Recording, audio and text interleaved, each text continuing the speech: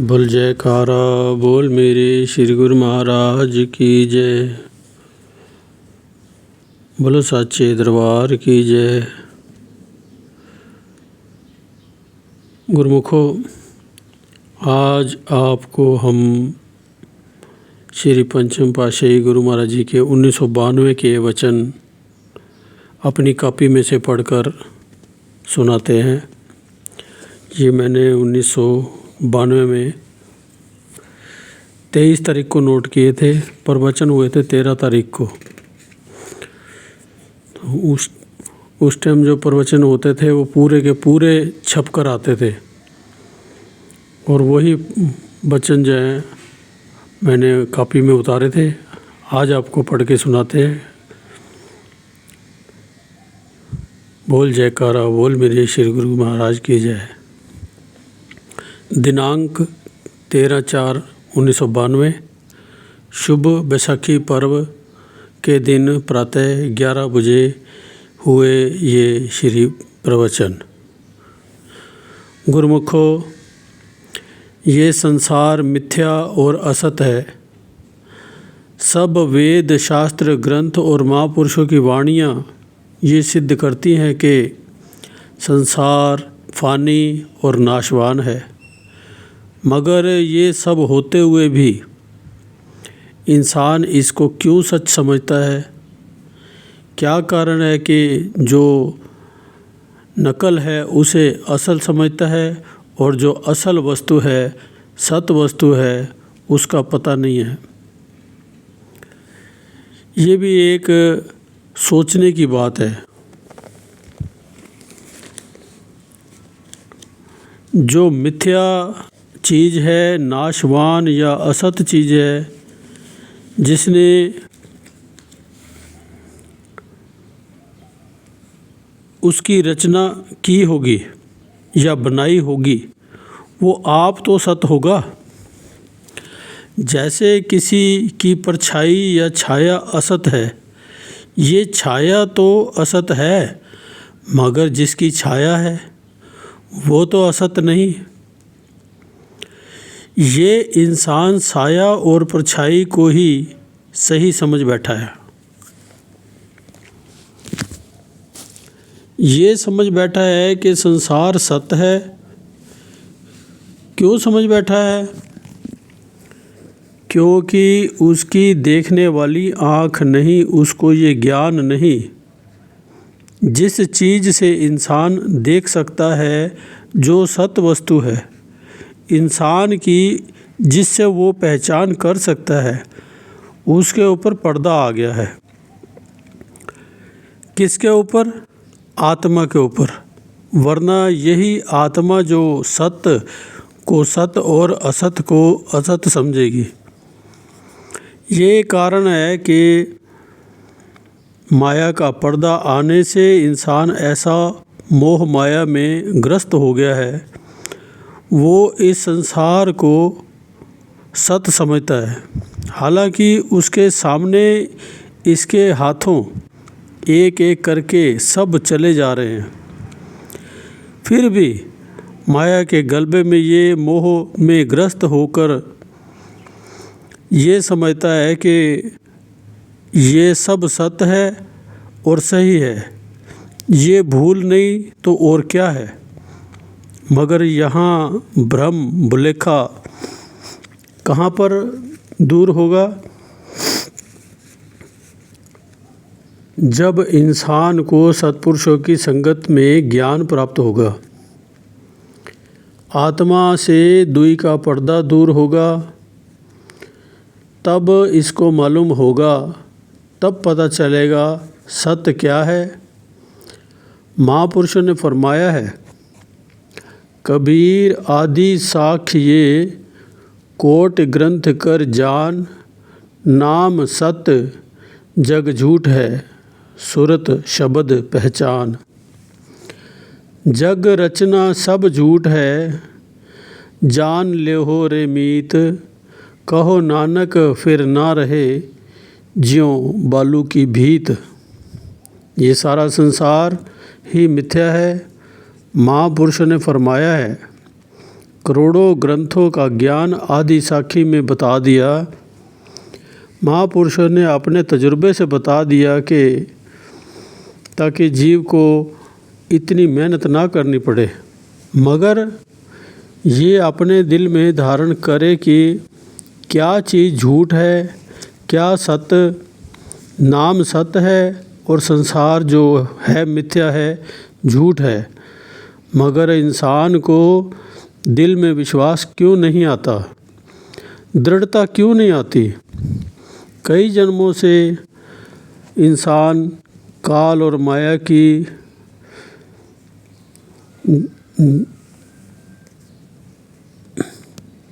जद में आकर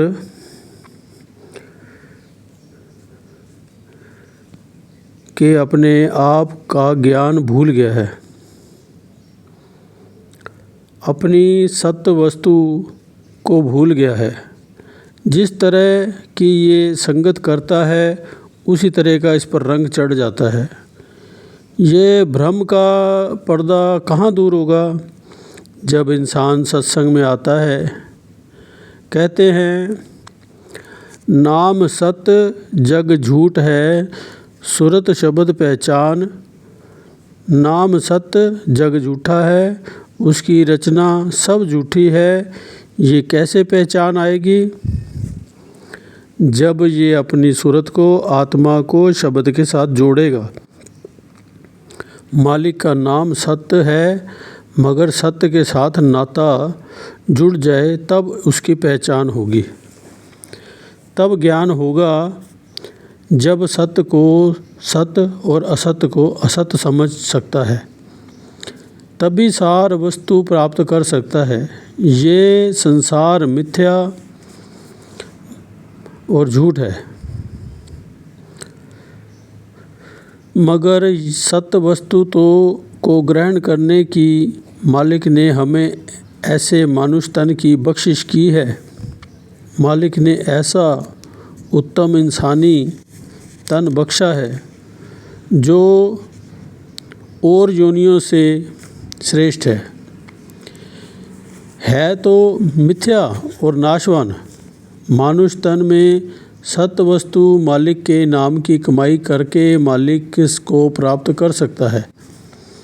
सत्संग में ही वो लाभ प्राप्त होता है जो इसका सच्चा लाभ है, सच्ची वस्तु है, सच्ची चीज़ है।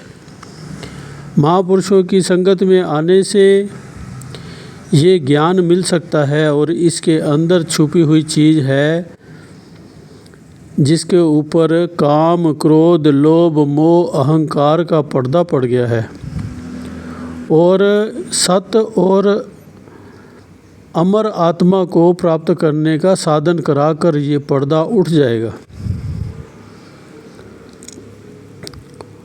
जो तो फिर उसकी आत्मा ही निर्णय कर सकेगी कि सत्य वस्तु क्या है और असत्य वस्तु क्या है। जब इंसान धोखे में नहीं आएगा, जब तक धोखा है तब तक इंसान दुखों क्लेशों में फंसा हुआ है।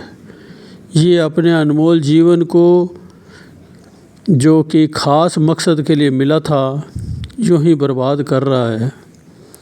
ये मनुष्य जन्म सब में श्रेष्ठ और उत्तम है, मगर पहले कहा गया है कि ये मिथ्या है। इस मिथ्या मनुष्य जन्म से ही सत्य वस्तु को प्राप्त करना है। महापुरुषों ने जगह जगह पर अपने वचनों द्वारा जीव के प्रति उपदेश किया है। इसको समझकर इस पर अमल करके सत्य वस्तु को प्राप्त कर सकते हैं, असली मकसद को प्राप्त कर सकते हैं। वाणी में वचन आया है, भई परापत मानुख देहुरिया, गोविंद मिलन की ए तेरी बरिया, अवर काज तेरे किते न काम, मिल साध संगत भज केवल नाम। ये तुझको जो मानुष्य देह मिली है, ये सच्चे मालिक से मिलने की बारी आई है। ये काम मनुष्य जन्म में ही कर सकता है। दूसरी योनियों को भोक्ता कहा गया है। मानुष्य जन्म भोक्ता के साथ साथ कर्ता की विशेषता भी रखता है। यदि वे कर्म सत्पुरुषों की संगत में किया जाए तो इसका काम सिद्ध हो जाएगा। यह जन्म जन्मांतर से काल और माया के फंदे में भटक रहा है, 84 लाख योनियां भोग रहा है, हमेशा के लिए आवागमन के चक्कर से छूट जाएगा। इस मिथ्या संसार से इसको निजात मिल जाएगी। किस तरह? अवर काज तेरे किते न काम, मिल साध संगत भज केवल नाम। महापुरुषों ने बतलाया है, जैसे और काम जो मन की रहनुमाई में आकर अपने ख्यालों से जो माया की प्रेरणा और मन के कहे से काम कर रहा है, वो तेरे किसी काम ना आएंगे। जिनको तू अपना समझे हुए है वह सब माया के दायरे में है। असत झूठ और मिथ्या है। मिथ्या और झूठी वस्तु के बदले सही वस्तु मिले तो लाभ है। कौड़ियों के बदले लाल मिले तब ही तो लाभ का सौदा हुआ। अगर कौड़ियों के बदले कौड़ियाँ प्राप्त हों तो क्या लाभ हुआ।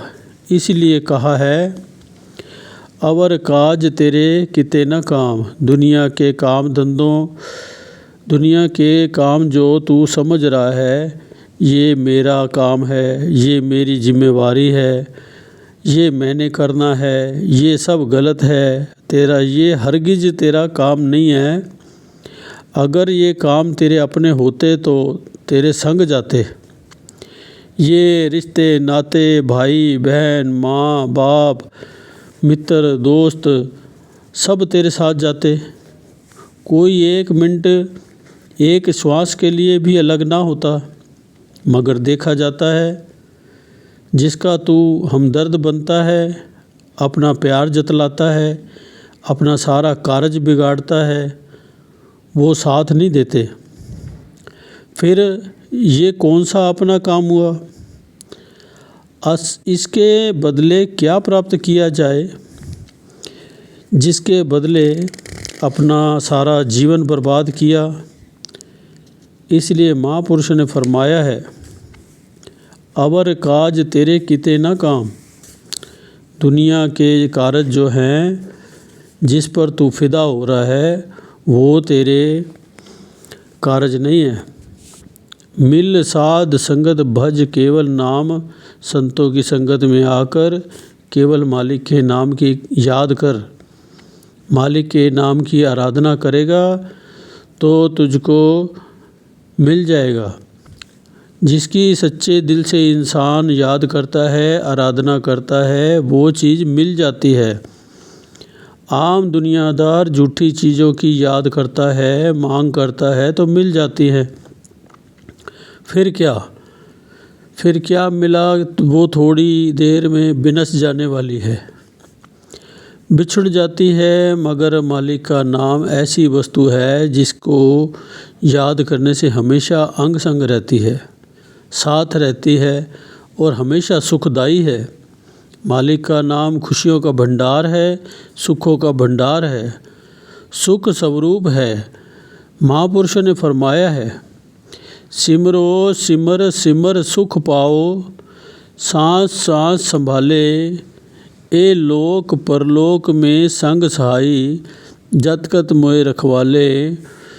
गुरु का वचन बसे जिए नाले, जल नहीं डोबे तस्कर नहीं लेवे, भा न सके जाले। तुम सांस सांस में मालिक का नाम सुमरण करो, उस सच्चे नाम की आराधना करो। जब सच्ची चीज़ दिल में बस जाएगी तो कुदरती तौर पर इंसान सच्चे सुख का अनुभव करेगा। श्वास श्वास में नाम बसा लो तो सच्ची खुशी मिलेगी, इस लोक में भी परलोक में भी। ये ऐसी चीज़ है जिसको जल डुबो नहीं सकता, आग जला नहीं सकती, चोर चुरा नहीं सकता, बल्कि ये सब चीज़ें उसके अधीन हैं।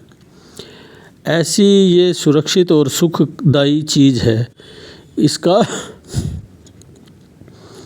तब पता चलता है जब ज्ञान हासिल हो। ज्ञान तभी मिलेगा जब इंसान महापुरुषों की संगत में आएगा। आप स्वयं अनुभव करके कर सकते हैं आपके कितने ऊंचे भाग हैं। सत्पुरुषों की संगत मिल गई है। ऐसा सच्चा ज्ञान, ऐसी सच्ची वस्तु प्राप्त करने का अवसर मिल गया है। इस अवसर से लाभ ना उठाया तो फिर क्या किया। सार वस्तु हासिल करने का ये मौका मिला है।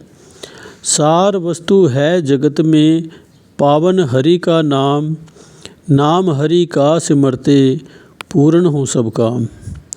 मालिक का नाम सच्चा है, बाकी सब संसार असार है, झूठी वस्तु है, किसी काम आने वाली नहीं है।